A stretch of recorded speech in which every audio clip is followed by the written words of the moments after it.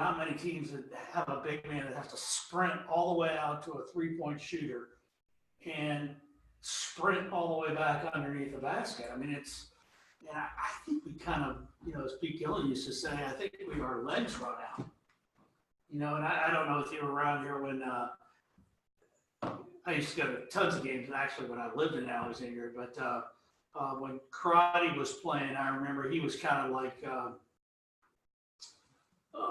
guy in the sense he played like 40 minutes a game. Mm-hmm. And, you just watched him as the season went on, and that wasn't Tony's defense, but you watched him as the season went on, and, the guy lost like 20 pounds. I mean, by the time the regular season was over, and those guys were just, it's a young, grinding game. They're young. I mean, I think one of Tony's strategies that is very successful is to is to really rely on older kids. More guys? Yeah. To the point that you hope a guy like, I think he's been around long enough. Now I think he's third year, but a guy like Huff, who I still think has got tons of potential, doesn't just say, God, it's not. I mean, because his playing time kind of went up, and now it's kind of dropped back off again.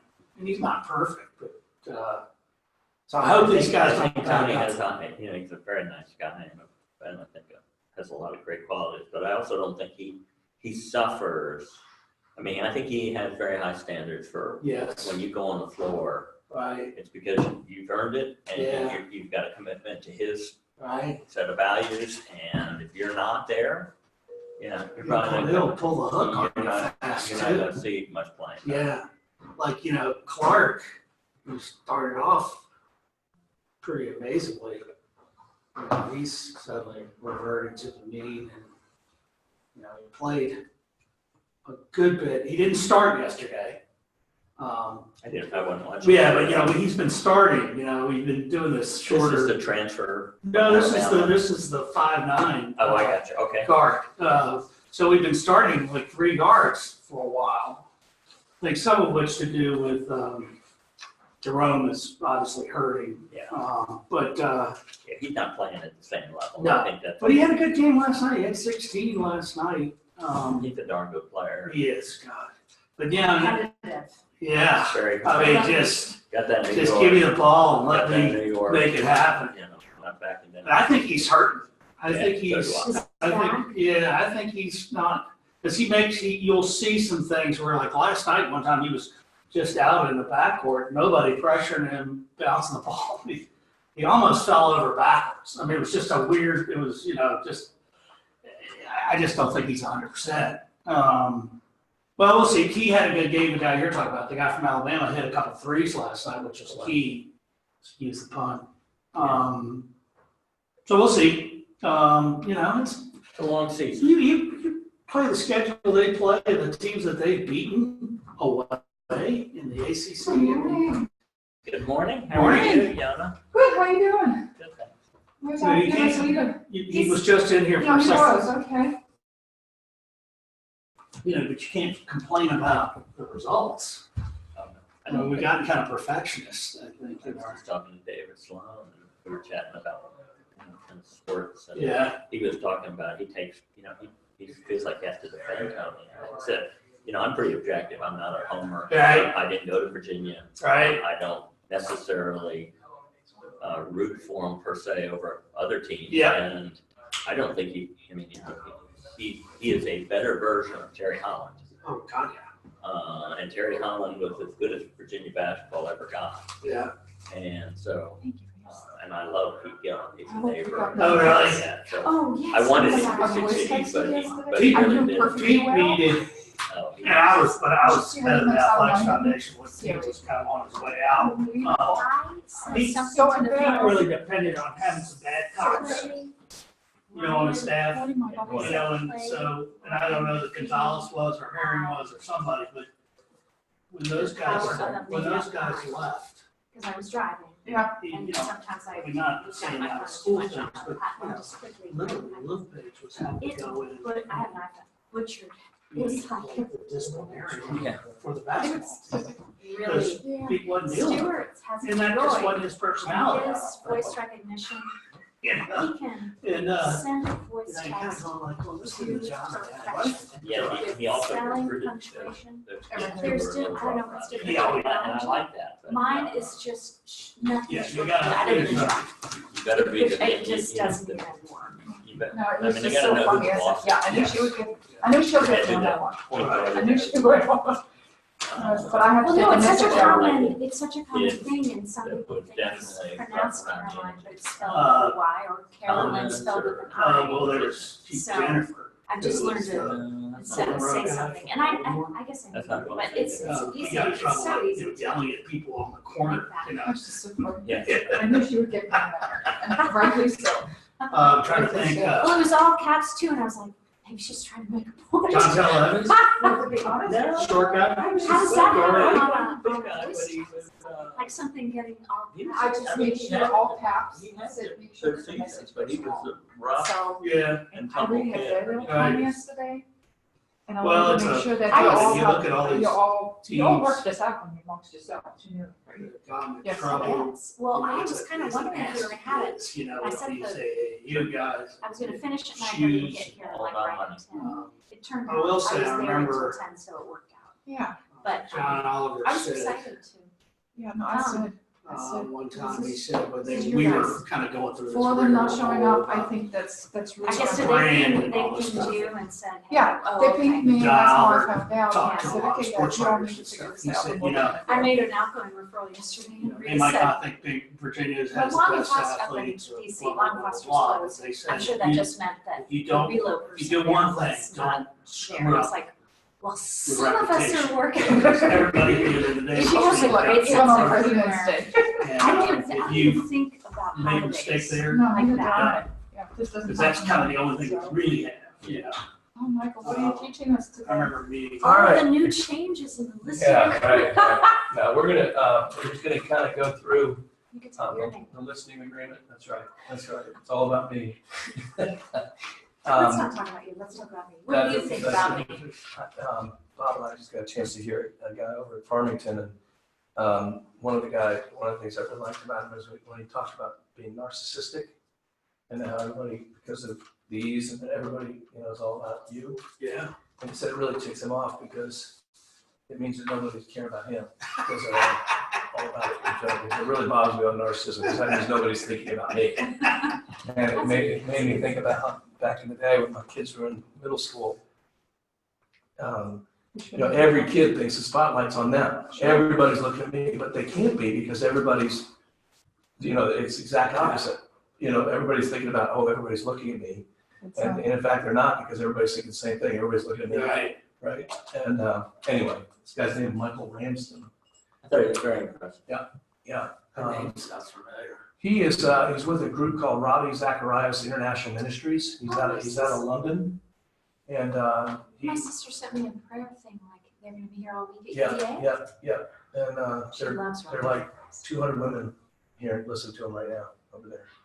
But it's fascinating. He talked about, he did this 30-minute talk.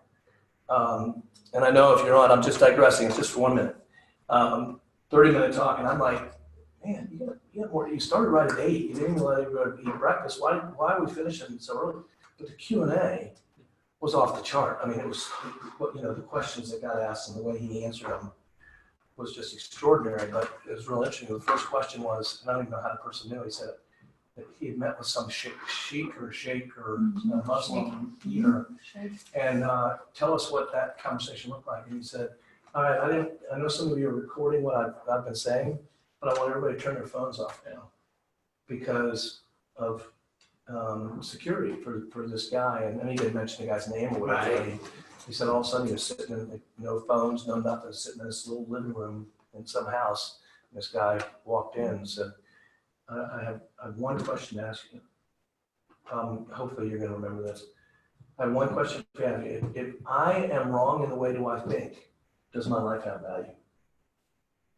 And the whole reason was he said he's never seen anybody in his, sort of ISIS terrorist, that thing, he's never seen one life change. Even when somebody becomes a devout, follower, they still rape, they were raping before, they were doing this, and they're still doing it. He said, I don't see any change in them moving toward this thing. And he said, but I understand from you, from talking to my friends, that you have seen lives change. How does that happen?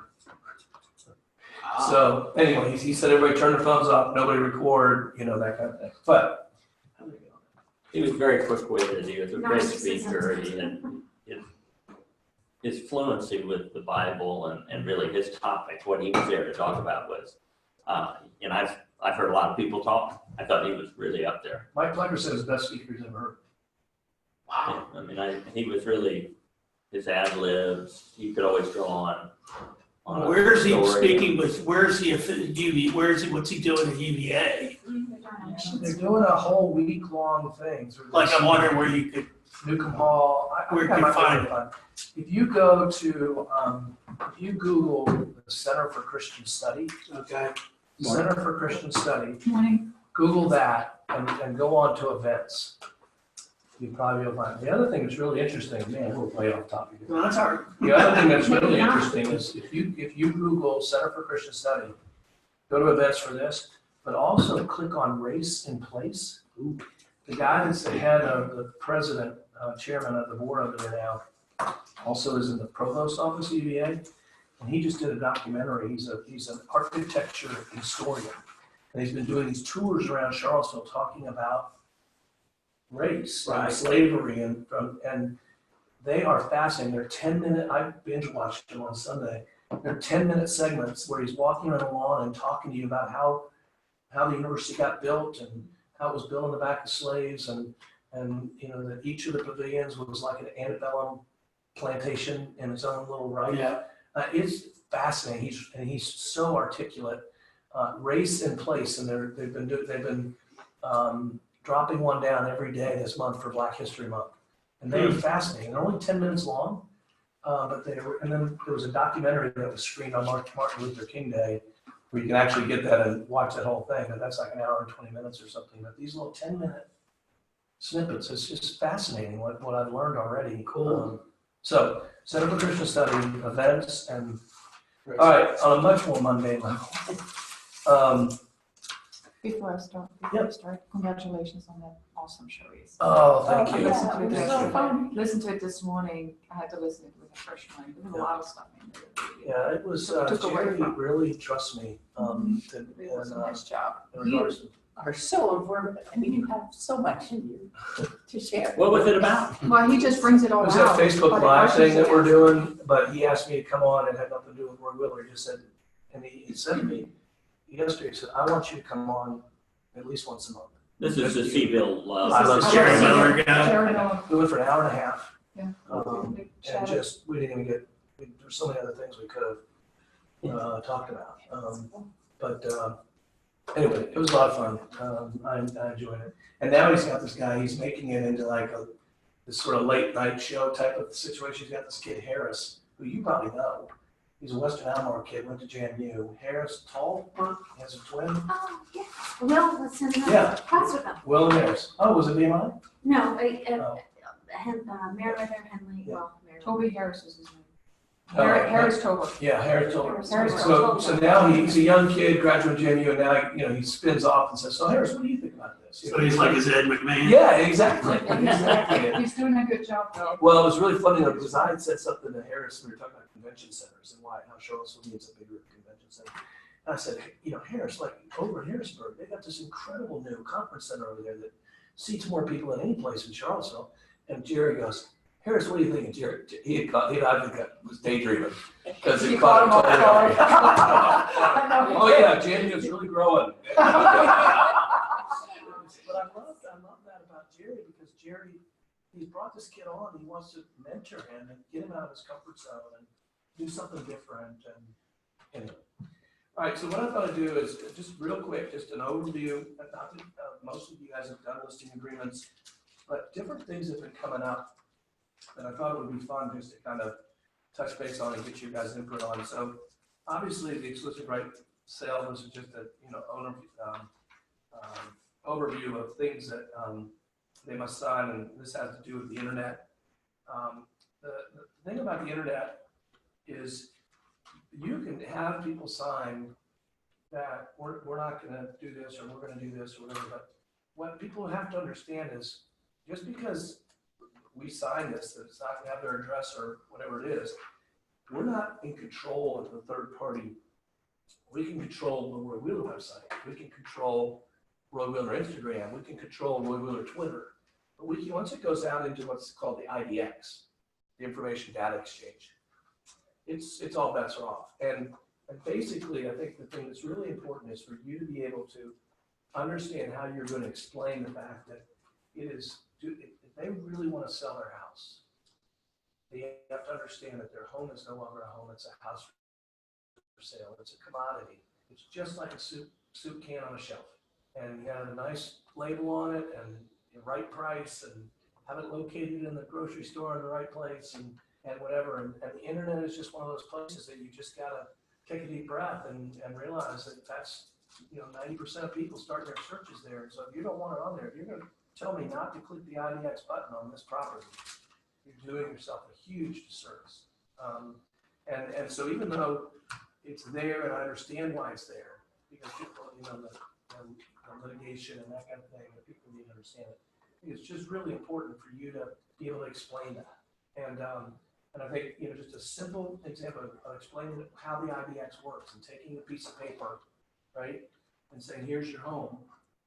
And if we don't click IDX, it's going to be on the Roy Wheeler site, right? It's going to be on Roy Wheeler Instagram. It's going to be on Roy Wheeler Twitter. But Car, Realtor.com, Zillow, Homes.com, every other real estate office, a company that frames listings on their own websites, none of these places are going to know this house is on the market. And the basic, simple marketing plan is the more people that know about your house and see it, the faster it's going to sell and for the best price. And you just kind of draw a diagram like this and it'll make perfect sense to them. I would say a smidgen, right? Less than 1%. If there's anybody that can tell me why they shouldn't do this. I mean, you're a famous person, you got to list Chris Long's house for $2.7 million on Park Street or whatever. He may not want people to know that that's Chris Long. I get that, but for just most of us, I just don't see it. So anyway, I think just being able to do that real quick, 30-second sort of IDX and understanding that, and that once that button's pushed, it's out there, I think is really important. If it is someone like Chris Long who didn't want their name on, isn't what we used to do overnight, owner of record, can you put that in speed? Yeah, but I think that they've really cracked down on that in regards to, I'm not even sure you can do it anymore. I think, Still see it I think You the do still see information, it? yeah, I do. on Well, certain, most of those guys also, at least certain my realtors. searching, they have some funky name that owns it anyway. Yeah. I mean, you're not, It's that's one of the not- frustrations of looking who the hell these owners are, because it's whatever LLC or LP or whatever, so. Yeah. More times than not. Speaking of which, that kid is a phenomenal kid. He's not a kid anymore, but I ended up running into him at Sticks the other night when I was picking up food for going home, and he was there doing the same thing. And I just had the most delightful conversation with the guys. Congratulating on being man of the year. That is a huge honor. Unbelievable. Huge honor. And he said the platform it's given him just in the last month, he says the number of athletes that have come to him to buy into the water stuff, the water wastewater stuff that they're doing in Africa and the education stuff. He said the money that's come into the foundation in the last month is just wow because of that award. Right. But he just is, he couldn't have been nicer. And it's another thing, again, way off topic. He sat in Sticks, nobody came up to him. He sat there waiting for his food, nobody came up trying to get a picture with them or autograph or whatever. Where you go in other places, and you can't go places. He just literally sat over on the side, waiting for his order to come, and not one person other than me, came up to him. And anyway, it was pretty cool. Okay, so again, exclusive authorization to sell, no different than exclusive authorization to represent. It's just one agreement's for a buyer, one agreement's for a seller. The basic components of the listing agreement are the same. It's gonna start at some point. You know, when does it start, right? Who's it with, right? What are my duties? What are the buyer or seller's duties? What's the reason for doing what you're doing? How am I gonna be compensated?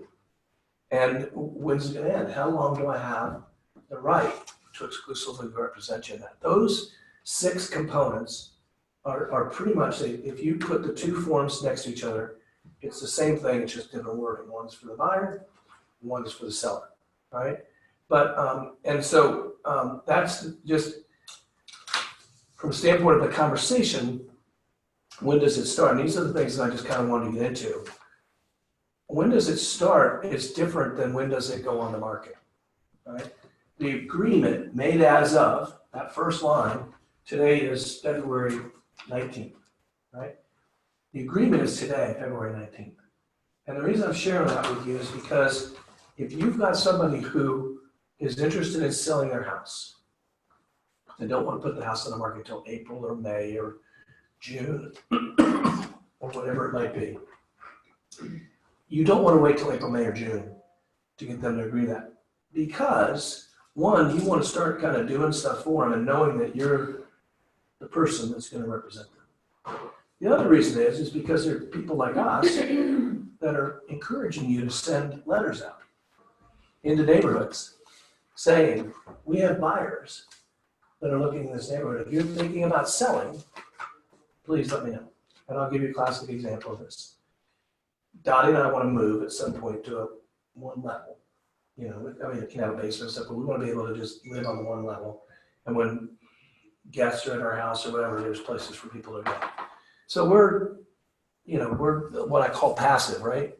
We're not out of the market for sure. We're passive. If the right house came along, and so we've looked at some things and whatever. But I found out that there was a house that was coming on the market where we live in Still Meadow, which we love, with 1 level living on a neat cul-de-sac, probably high enough that at least in the winter you get some mountain views. And so I found out about it, did some research, drove around, figured out which house it was, and I wrote the woman a letter. Dear Eleanor, we live in your neighborhood, blah, blah, blah. Well, sure enough, I'm a licensed realtor.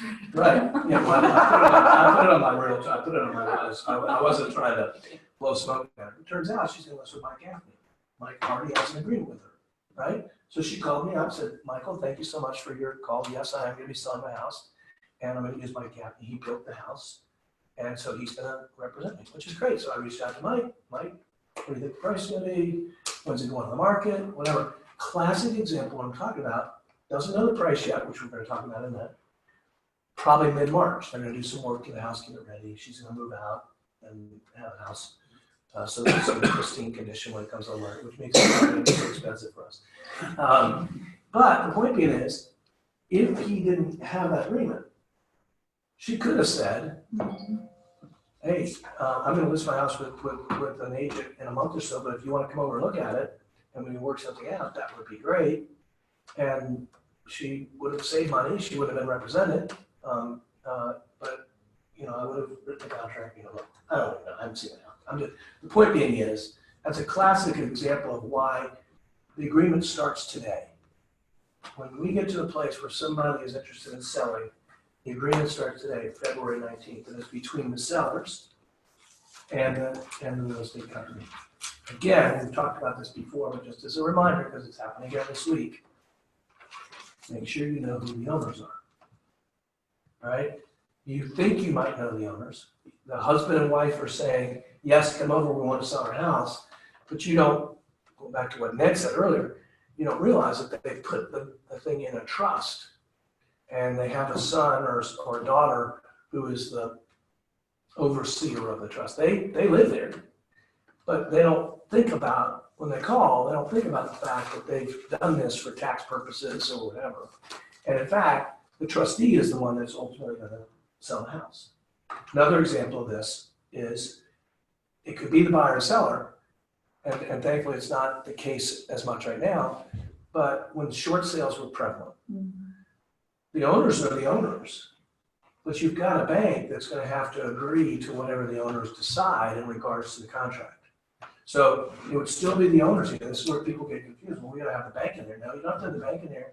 you've got the owners, they're the legal owners, but you have to have a short sale addendum as part of the contract and understood, so you can mark that in the MLS, that this is a bank, what do they call it, bank? Bank owned. No, it's not bank owned, we had a different term on it, it's not a foreclosure, it's a bank, subject to bank approval or Subject to something bank like that. approval. Oh, you mean the language, the Right. clause that's in. So the point I'm making is, if you put the bank in here as the owner, SunTrust Bank, or you have an invalid document, because they're not really the owners. You have the husband and wife on this thing, but it's a trust, and there's a trustee. It's not a valid contract, and therefore those people can get out of it at any time that they want. You look like you had a question. Well, I've asked this before, I think, and this really comes down to at what point does a realtor say that's enough? So, it could be a trust, it could be an LLC, it could be a corporation. Somebody's gonna, you can look it up, GIS, right? It says so-and-so, right? MG Trust. Or et al. I meet The TAO. I meet with the Guthrie. Michael says, yes, it's in the trust, and I'm the trustee. At what point is that enough? So I'm gonna give you two answers. The first one is, it is enough, because you're only held responsible for what you do know versus what you should have known or could have known. However, I would recommend there's got to be something in writing. And I'd love to have it now, just so we have it, because when you sell it, the lawyer's going to ask for it. The closing attorney's going to ask for it. So you do it in a positive. It's not like I don't believe you, Bob. But when we sell your property, if you can't find it right now, you need to find it, because the attorney's going to need to have it to effectively close the loan. The second thing I would say, and one of the benefits of Edna Title is when you list the property, if you can get your seller to say, yes, I'll use Charles Sullivan, or yes, I'll use Bill Tucker, or Paige Williams, or Chip Royer, or John Desio, or whoever you want to use that's willing to participate with Edna Title, they will do a pre-title search when you list the property, because they know they're going to get the business. It's actually helping them. They're going to have it up front. So when a contract comes in, they've already done the preliminary, and then they do the more extensive. But what happens in that situation is it would raise the issue of, well, they're not exactly right about how it's owned. Or, yeah, that's exactly right. It was handed to this person. There was a quick claim deed, and they gifted it over. I mean, even this, I know you look at these, but I was looking at the property transfers and daily progress on Sunday, and there were 2 or 3 that were gifted. Yeah, sure. I think one of them was a realtor, where there were 2 or 3 where they gifted them to kids. No money changed hands. They did probably what's called a quick claim deed, where they just signed over the ownership to those properties. And that's all well and good as long as that got recorded properly in the court. And that's really, I mean, the estates are really the ones that would scare me. Right. So someone's died, right, and now When and you it's go got, to probate. and one Who's the kid, executor? the one Who's the kid executor? says, I'm the executor. Do I have to run that to ground when we go to sell it? And the sister says, hey, I'm the, or joint, or how much of that does a realtor really have to figure out before they put the property on the market? So a lot in that situation, because, and I can talk about personal experience. My parents owned a house in Key West. I was the executor of the estate, which was, I didn't know what I was getting into when I agreed to that, especially because I had an older sister who was an attorney who didn't get asked to be the executor of the estate. And it worked out fine. I'm so grateful. I mean, we've had these conversations because we're both from big families and things, but it worked out fine. Initially, it was a little bit tense. And Claire, if you ever watch my videos, I love you. But what happened in that situation is, even though we had it all properly paperworked, we had, what is the term for it? It's a legal term. Probate. Yeah, thank you. We had to go through probate. Yeah. It had to be listed in the public records Needs to be done. of, this is going on. And so it took us, I want to say it took us 6 months to be able to put it on the market. Even though Yeah. Will said this, I mean, it was clear, equally distributed, there's nothing, and there was nobody in our family that put a claim against it. But, was there, some sibling that we never knew about or, whatever the case may be. And so anyway, in that situation, if they say, that it's somebody just passed away, and then, I would, who's your state attorney? Let's make sure that, and here's the thing, we've said this before, you can put it on the market. Absolutely. You've got the legal, at that point, owners. You just can't close on it. That's the problem, is that you could get a contract in on it, and everything's fine, but if that thing hasn't been through probate yet, you don't have the legal right to transfer that ownership to somebody else until that's through the court, and you've got the, wax seal on it. And so is there, let me, I'm still fresh off of my realtor education, which reminded me I'm not a contractor, I'm not a lawyer, I'm not this, I'm not that. Not an accountant. I can't give tax advice. You are a Right. therapist? I can't do any of that. Counselor, So mentor, coach, what is babysitter. support? So I get some complex situation. Do I turn that over to you? So yeah, two things. One, you that's turn it to another great thing about corporate having a title. I oftentimes, you shoot me an email about something, I send it to Bill Tucker or Larry McElwain, and they give me a perfunctory response back. This is what it looks like. If for some reason we get into a situation, not our fault, that property got sold and didn't go through probate or whatever the case, that's where our errors and omissions insurance comes in. That we have an insurance policy you pay $85 a year for. That something like that happened, we then would assign an attorney to it, and they would represent us in that scenario. So, Well, I don't want to bog down. I don't want to bog down. no, that's exactly why I'm doing this. It is. Because these are the things that are starting to come up, Yeah. and so that's why it's, I wanted to, we've gone through these before, but that's exactly what I wanted. And going to the next thing, if it's okay. During the period commencing on, so this agreement's made on the 19th, well, your commencing on could be a different date. It could be commencing on March 15th, right? Or you could go into the other terms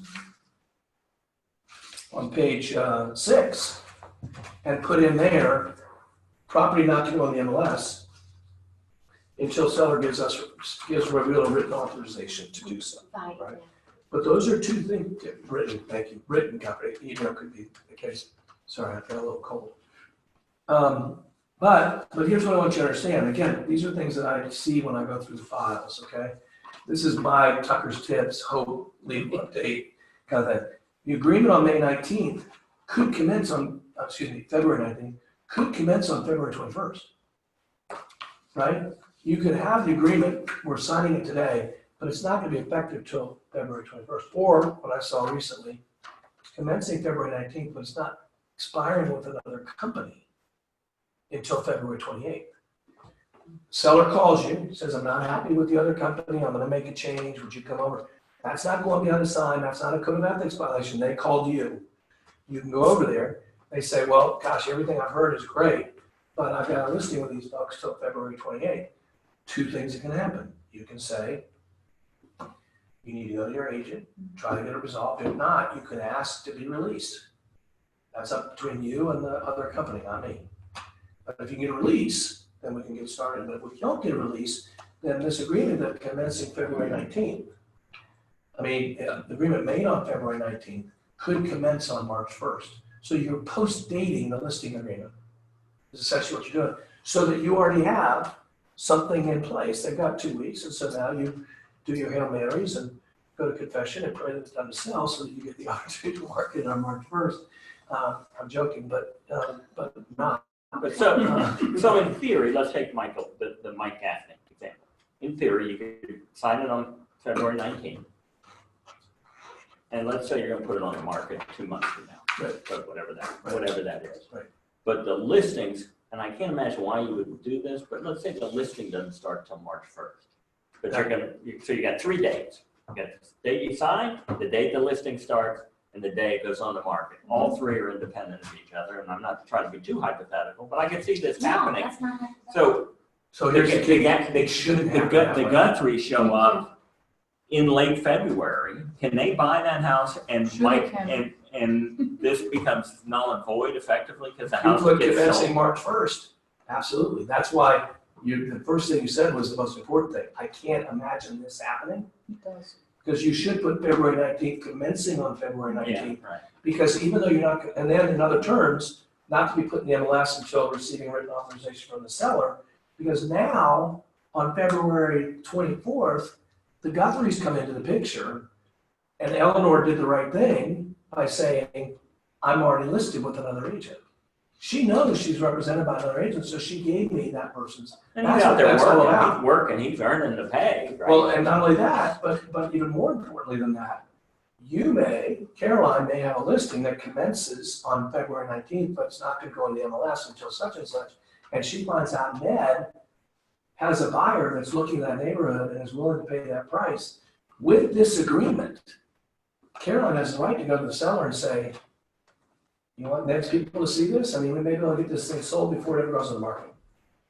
Now, that's a great thing in one sense. In another sense, you're not testing the market, right? If it's a neighborhood that you think you're gonna get a lot of activity, you may not want Ned to do that because you may want to say, Ned, I really appreciate it, but we're gonna put the house on the market probably March 1st or whatever. I'll definitely let you know that we're doing it. But Caroline's hope is that Ned, Bob, Bart, and Yona all have buyers that want to see that property, right? And that's the thing, in all honesty, that's the thing that I think a lot of realtors in our marketplace do not explain to their sellers. These coming soons, these private exclusives where they're marketing it, but it's not on the market yet. I think most sellers have not been told, I'm doing this very simply now, there are 1,000 realtors out there waiting for your home to come on the market.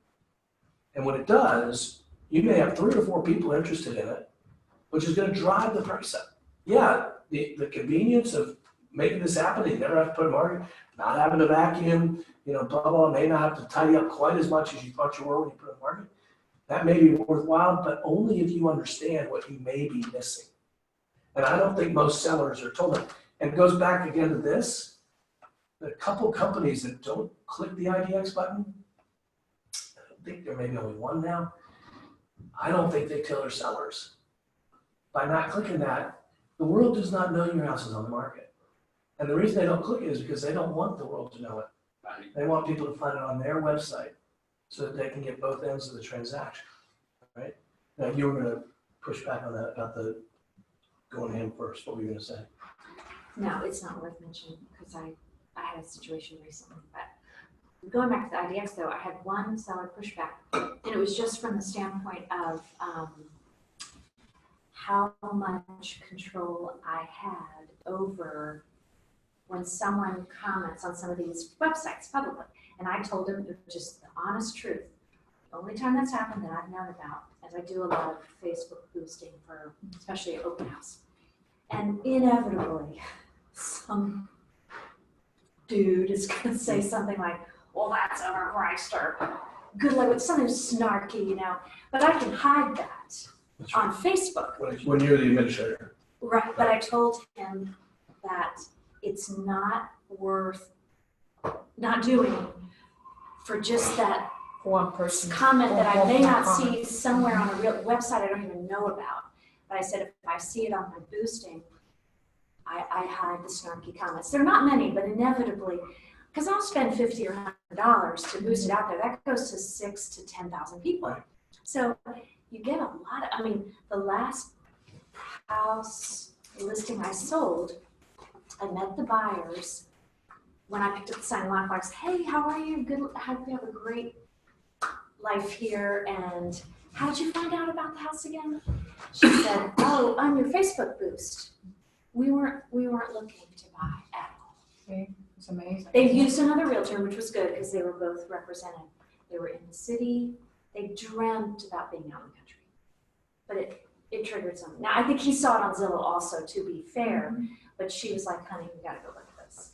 So it was very, so the occasional negative comments, that's the only pushback I've gotten. That was a good question, but I didn't know how to answer it other than when I see it, I can, and I have control over hiding it, I will.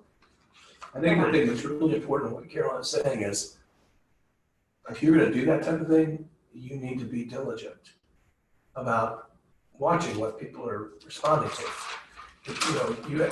Chris, if he Facebook posts something for you, you don't have to worry about it, because he and I are gonna be diligent, because we're administrators of the Roy Wheeler. But if you're doing things on your own individual stuff, you've gotta be committed to going on there and checking it out. I'll give you a great example. Some of you saw, what I posted over the weekend in regards to that, whoever that guy was that did the rant about people shouldn't buy homes anymore. And then Steve Harney from Keeping Current Matters, if you haven't seen it, go on the Road Wheeler Facebook page, it's there. We're actually gonna use it as our February newsletter lead article.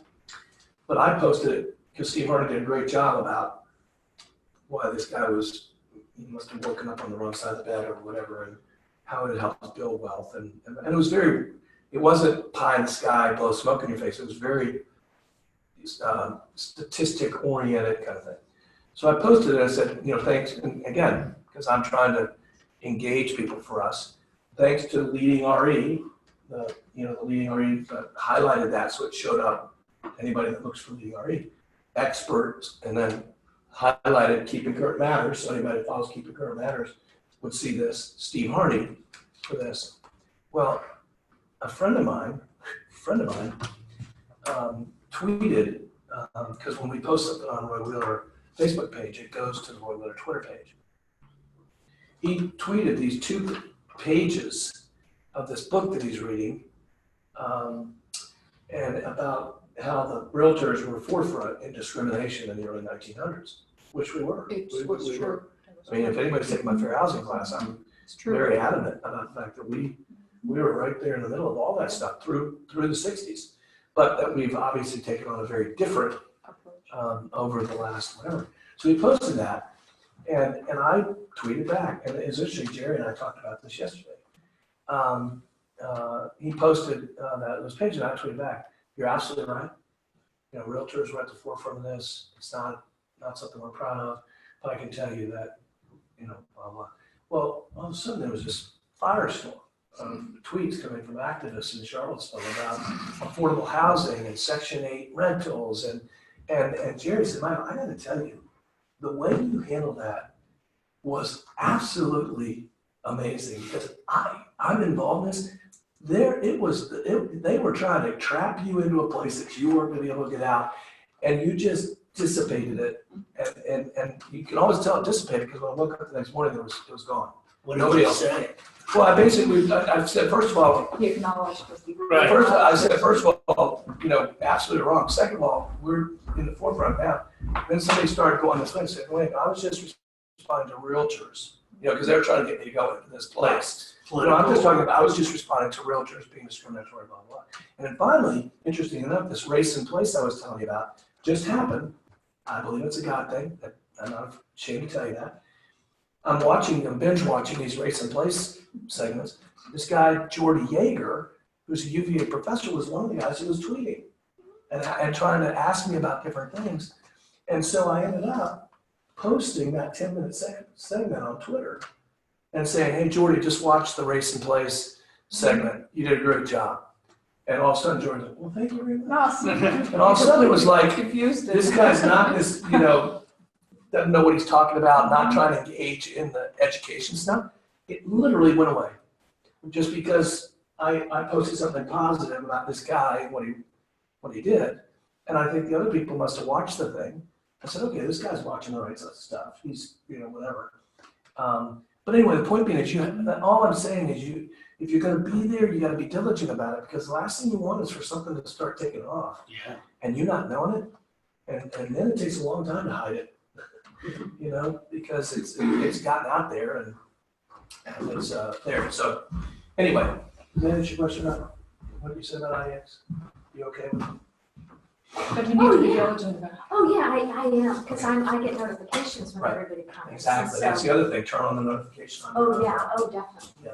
Because there's always Eeyores out there. Okay, so you're commencing on a certain date and you're expiring at midnight. And the reason I'm going through this with you today is that what I've learned, and I'm going to teach it differently from now on in my GRI classes and CE classes. When you don't put a date in here, you are at least putting yourself in a gray area of not having a valid listing agreement. Mm-hmm. So some people put expiring midnight on TBD or commencing on TBD. to be determined. Yeah. What some I lawyers are can't saying. imagine why you would do Yeah, that. but- well, because we're not quite sure, yeah. Yeah, we want to list with you, but we'll let you know, when we're gonna do it. But more importantly, not the time, is the price. The list, there has to be a list price for it to be a valid agreement. And I'll be perfectly honest, I've taught that wrong in the past. I didn't care, I was looking at it.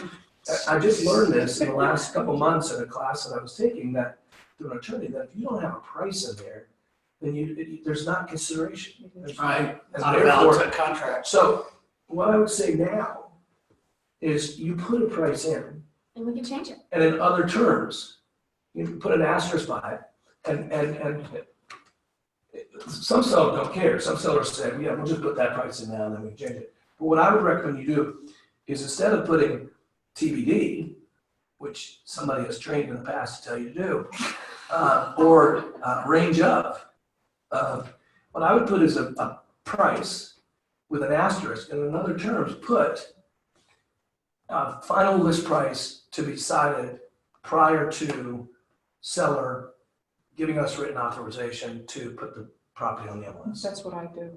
That's typically what I do. Yeah. I don't leave it empty, or don't put TBD, and I put a price in it, but I reflect it in the other terms. When I Because listed, sometimes when you have a. It seemed like such a 30-day smart window, thing. you need the price. Talk to just. Well, get them to sign it. Well, but I still, that's not, nothing's on the way here. We're still getting them to sign it. Sign on the dotted line. We're signing it with conditions. It will commence on such and such a date. It's not gonna go in the MLS until you tell me.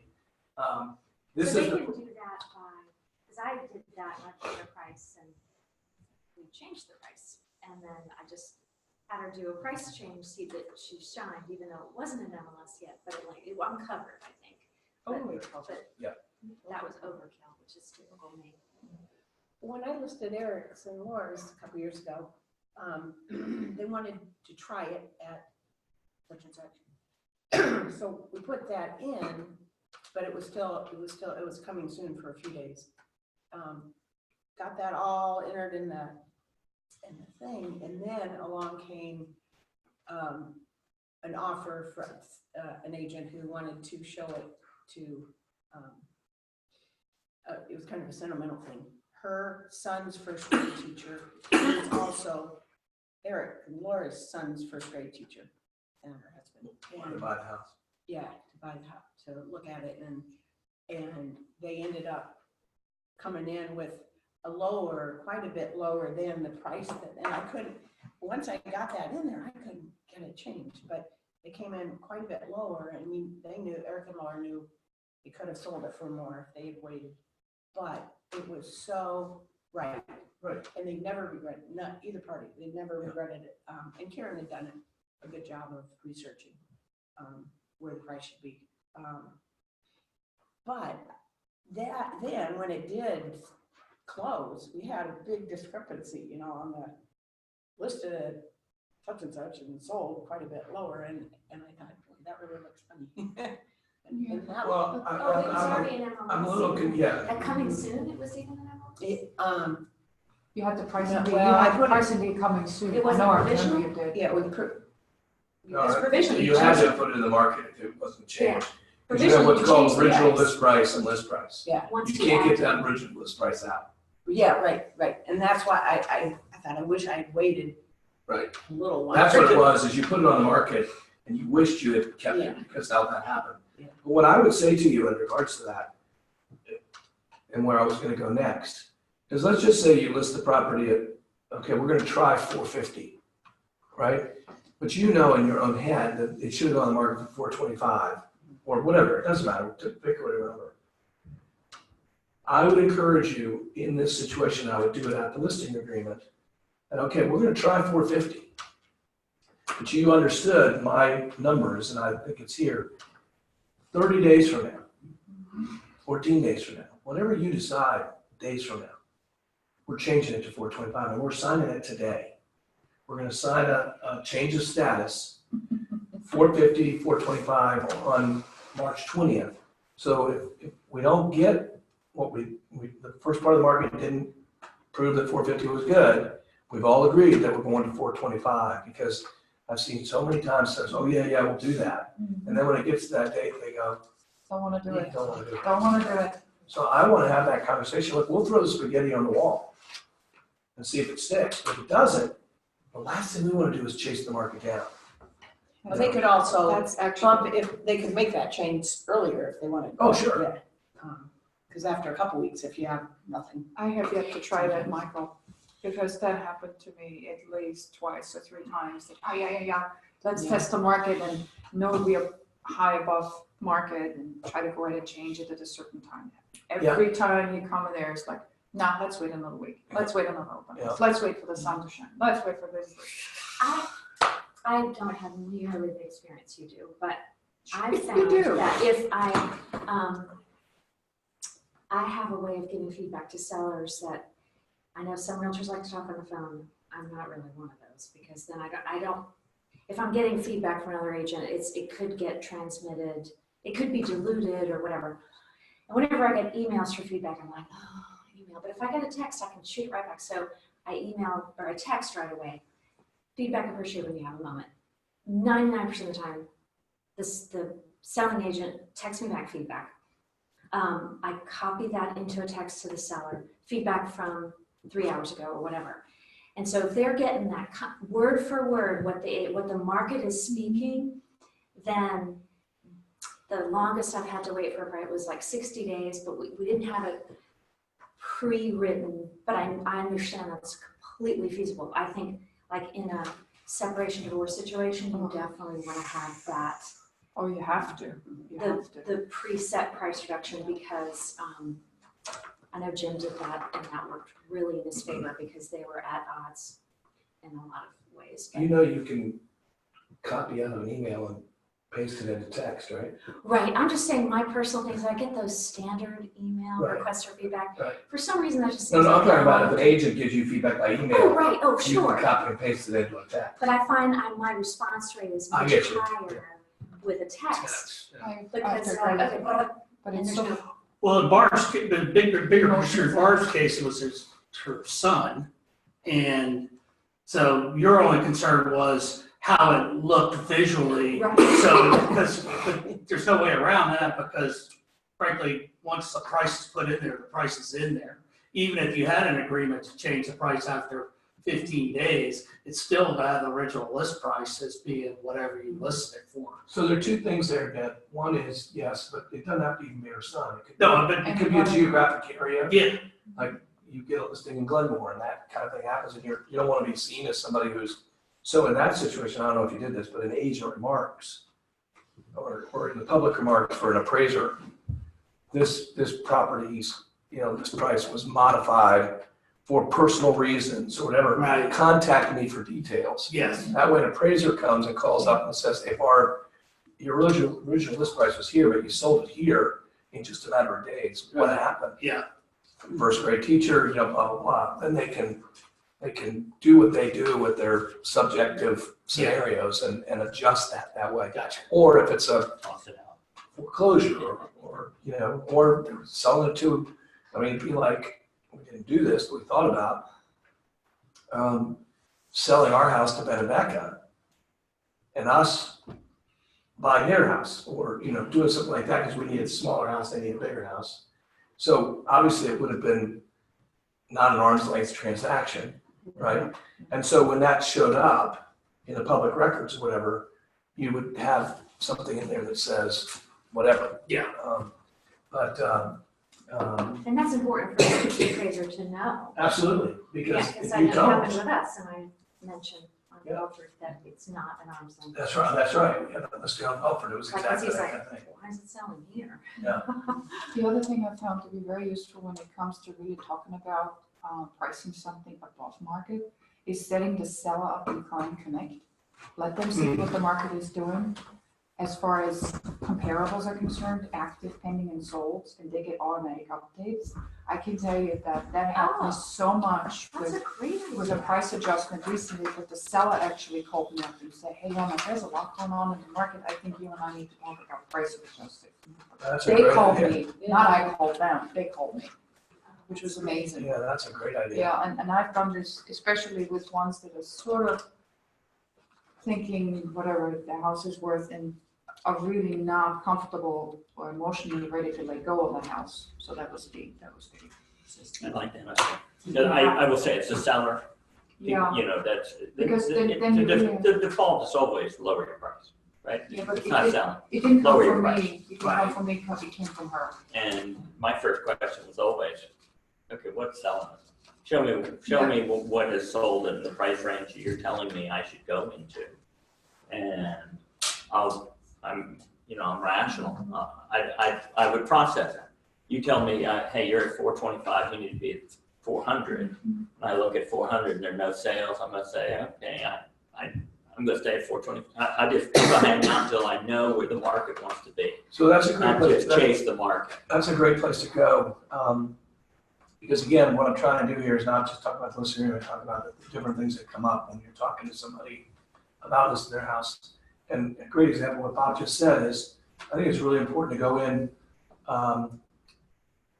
guns blazing, that's probably a little too strong, but assertively, right? Assertively.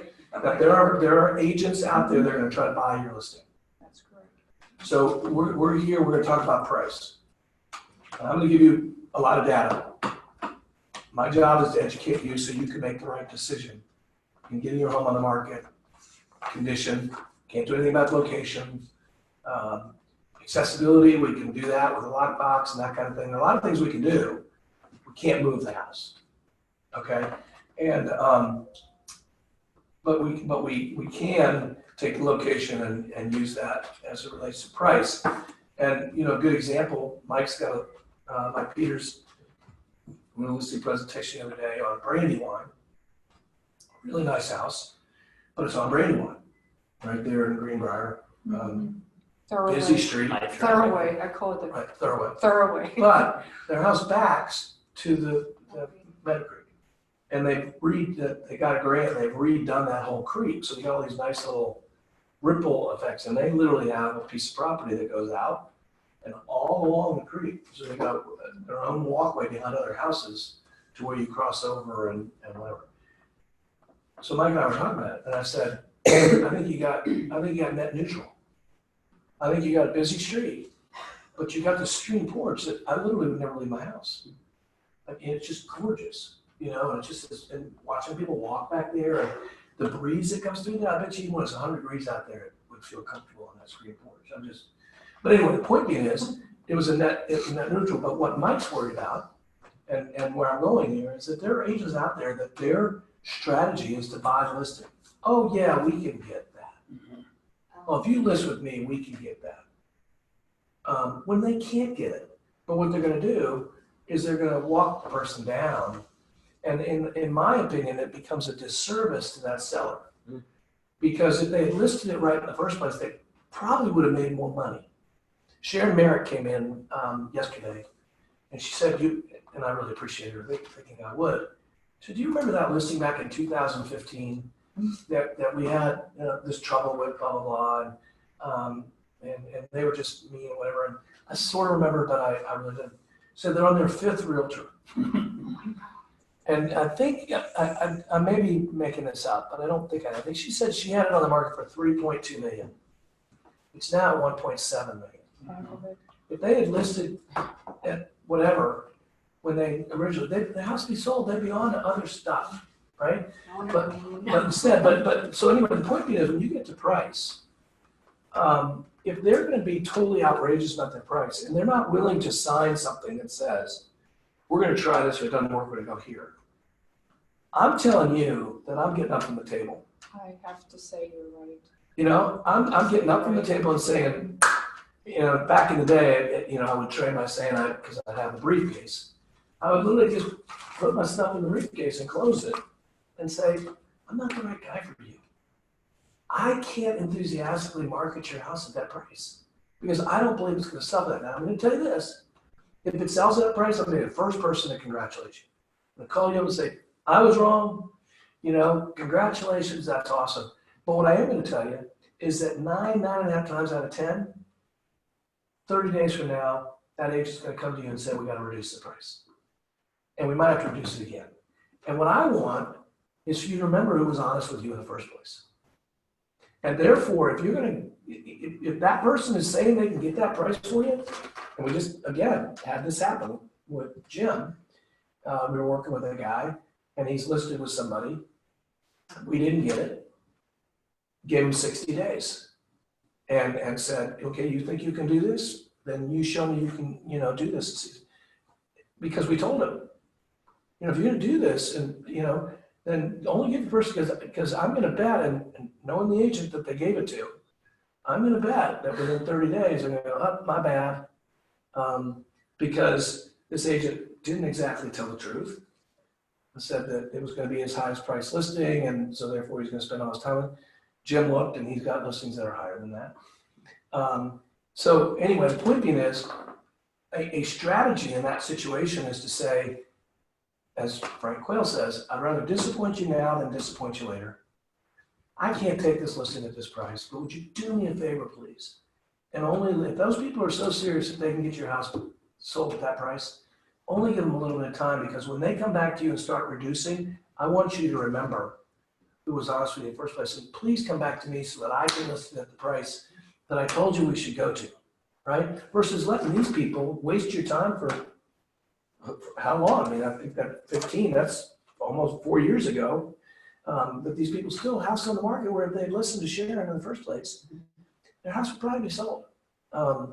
So the point of all this is that as you're going through the listing agreement, and our time's up, so we'll talk about other stuff next week, but you go through the listing agreement, these are the times to give, they're what I call teachable moments. Set the expectations. Teachable moments, and what you can do is you can use the listing agreement is just to walk them through exactly what you're getting when you list with me. You're going to get real live information. You're going to get somebody who wants to make sure that the legal ownership is right. They're going to want to make sure that you've got it priced right. They're going to be honest with you about how long it's going to take us to get this thing on the market, which goes back to expiration. And again, one last thing. Strategy on expiration. If somebody says, okay, you're so good, Bob, then list it for 60 days. You've got a business decision to make at that point. Do you want it for 60 days, just give you. Do I have a chance of getting that thing sold in 60 days? If I do, I'll say, okay, no problem. Because I'm gonna do such a good job in those 60 days that if for some reason we haven't sold it, you'll extend the listing with me. To me, that's a huge strategy of confidence that I'm gonna earn the right. I talk about that all the time, earning the right.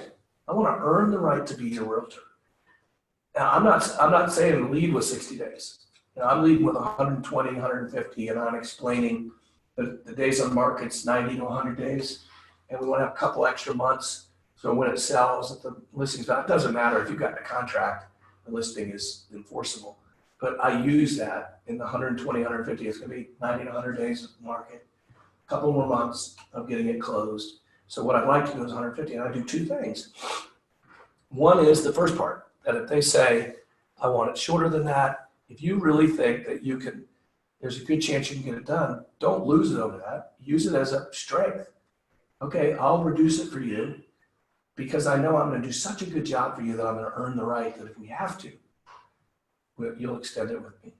And the other side of it is, if you'll list with me for 150 days or you'll list with me 180 days, if you're unsatisfied with me for any reason, and when we get to, when you get to the page 3 of 5, number 6, broker's duties. If you're unsatisfied with what I've told you I'm going to do for you in marketing and communication, whatever, you can terminate this agreement at any point, and I will have my broker sign it. And that's another huge building trust with somebody. Oh my gosh, if they're willing to do that. So one on the short side and two on the long side. There are two different ways to use that to your advantage. And in most situations, other agents aren't communicating that kind of thing. They're just saying, oh, we got to have 120, 80 days. We got to have whatever. If it's a nice listing, I'm not going to lose it over 180 versus 120. I'm not. And especially if it's in a location where there's good signage, and I know I'm going to get some other business off of it, residual business from sign calls or things off of Zillow or Facebook Boost or whatever. I'm going to have this 60, 90 days to market what I think is a pretty cool house. I may think I can't sell it in that time, but I think I can get enough other stuff off of it that makes sense, so use it to your advantage, either long or short. So, Before you conclude, can I Yeah. move you back a little bit? Yeah, sure. Because this is really a macro question. I think it may get dealt with later. One of the things that I get confused about, partially because I haven't done any of it, is this is an agreement that really exists between the broker, Roy Wheeler, and the owner. that's right. But it also has relationships to responsibilities with MLS, Yes. right? And I keep remembering, you got so many days, you get it in the MLS. And so as long as you disclose the plan to the owner, put it in writing, here's when we're gonna put it on the market, here's when we're gonna do this, MLS accepts that. They do. As long as you enter it right.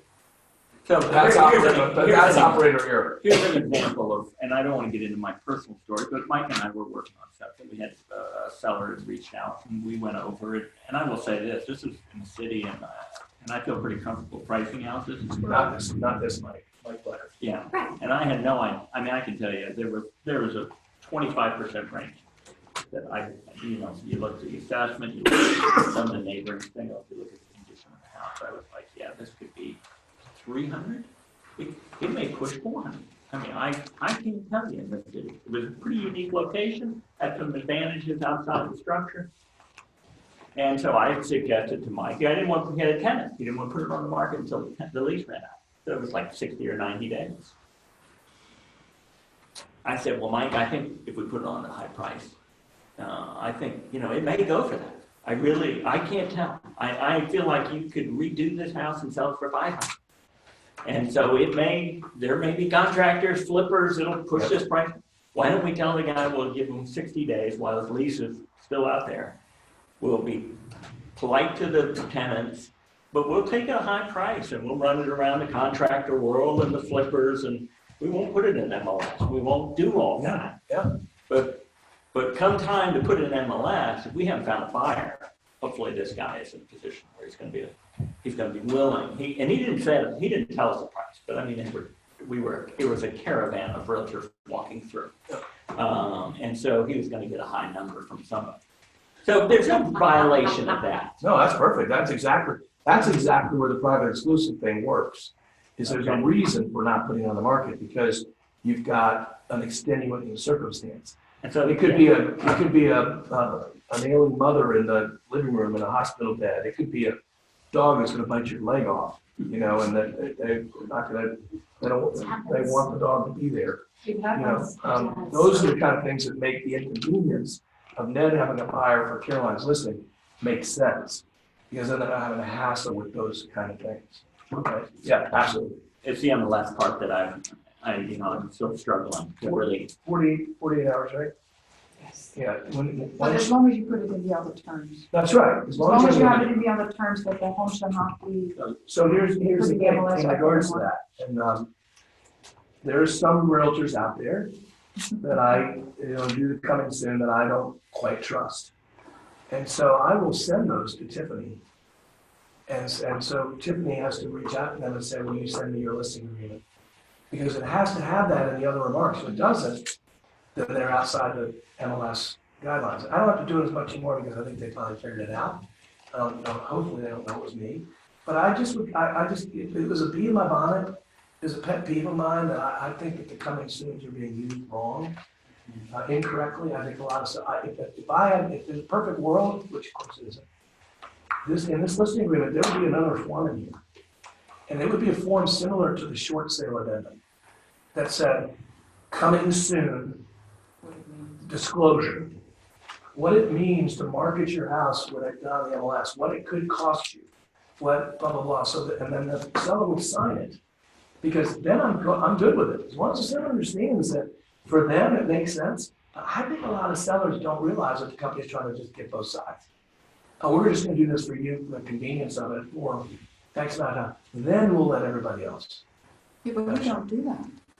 We don't do that, Michael. No, we don't. No, when we sent it coming soon, we sent it out to. Well, that's a whole other story. Now people are putting the coming soons out there to the whole MLS. Well, why aren't you putting in the MLS then? Why are you doing a coming soon email to every agent when the MLS is supposed to be an offer of compensation to every agent? Yeah. That doesn't make sense to me. It's just that attention grabber. Yeah. Well, the happy news is that the guy sold the house to the tenant at a big number. Oh, did he really? I guess so. Yeah. I guess so. But it was gonna be a big number and without anybody's help. I had that happen once. I got a call from a gal that I didn't recognize the name, but she called me to say she wanted me to write up an offer to purchase the house that they were living in, renting. And when I got there, I recognized them, having shown them several houses a couple of years earlier, and that was the easiest thing I've ever done in my life. So one works, real quick thing, My broker group is required, though, unfortunately.